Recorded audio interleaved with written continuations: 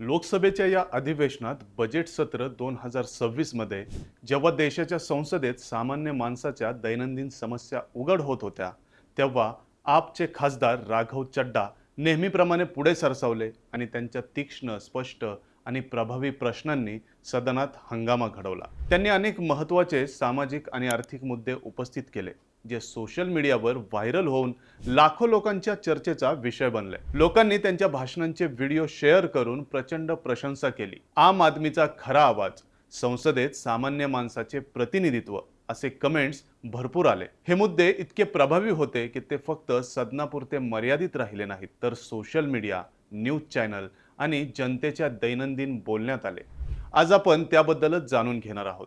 नमस्कार, मी अनीस आणि तुम्ही पाहताय ऑनलाईन नेता. सर्वात जास्त चर्चेत राहिला तो मोबाईल रिचार्ज आणि इनकमिंग कॉल्स ब्लॉकचा मुद्दा. राघव चड्डांनी सदनात म्हटलं की प्रीपेड प्लॅन संपल्यानंतर आउटगोईंग कॉल्स थांबवणं समजण्यासारखं असतं, पण इनकमिंग कॉल्सही ब्लॉक करणं हे गरीब, मजूर, वृद्ध आणि कमी उत्पन्न असलेल्या लोकांसाठी मोठा अन्याय आहे.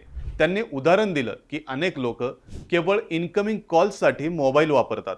नोकरीच्या अपडेट्स, कुटुंबियांचे कॉल्स, आपत्कालीन मेसेजेस, बँक अलर्ट्स किंवा OTP साठी. रिचार्ज नसल्याने नंबर ॲक्टिव्ह राहत नाही, त्यामुळे आवश्यक सेवांपासून ते वंचित राहतात. हे धोरण टेलिकॉम कंपन्यांना फक्त रिचार्ज करायला भाग पाडतं, पण गरिबांसाठी ते अतिरिक्त आर्थिक ओझं ठरतं. हे भाषण सोशल मीडियावर धुमाकूळ घालू लागलं. स्टॉप इनकमिंग ब्लॉक आणि राघव चड्डा टेलिकॉम सारखे हॅशटॅग ट्रेंड झाले. लाखो लोकांनी आपले अनुभव शेअर केले आणि ट्रायवर दबाव वाढवला.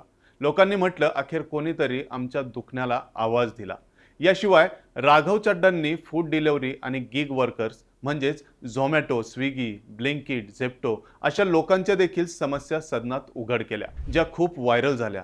त्यांनी 10 मिनिट्स डिलिव्हरीच्या धोरणाला क्रूरता म्हटलं आणि म्हटलं की हे धोरण डिलिव्हरी बॉयजना जीव घेण्यास स्पीडमध्ये काम करायला भाग पाडतं, अपघात, थकवा आणि सुरक्षेचा धोका वाढवतं. ते म्हणाले, हे लोक रोबोट नाहीत, ते कोणाचे तरी वडील, पती, भाऊ किंवा मुलगा आहे. त्यांनी गिग वर्कर्सना सामाजिक सुरक्षा, योग्य पगार, विमा आणि कामाच्या योग्य परिस्थितीची मागणी केली. हे भाषण इतकं प्रभावी होतं की सोशल मीडियावर व्हिडिओ व्हायरल झाले. लोकांनी राघव चड्डा गिग वर्कर्स चॅम्पियन म्हणून प्रशंसा केली. त्यानंतर त्यांनी स्वतः एक दिवस ब्लिंकिट डिलिव्हरी पार्टनर म्हणून काम केलं आणि व्हिडिओ शेअर केला, ज्यात 15 तासात 28 डिलिव्हरीज करून फक्त 763 रुपये कमवल्याचं दाखवलं. हे पाहून लोकांचा संताप आणि समर्थन दोन्ही वाढलं. हा मुद्दा इतका व्हायरल झाला की केंद्र सरकारने 10 मिनिट डिलिव्हरी ब्रँडिंग बंद करण्याचे निर्देश दिले आणि गिग वर्कर्ससाठी ड्राफ्ट नियम अधिसूचित झाले. राघव चड्डांनी याला विजय म्हटलं.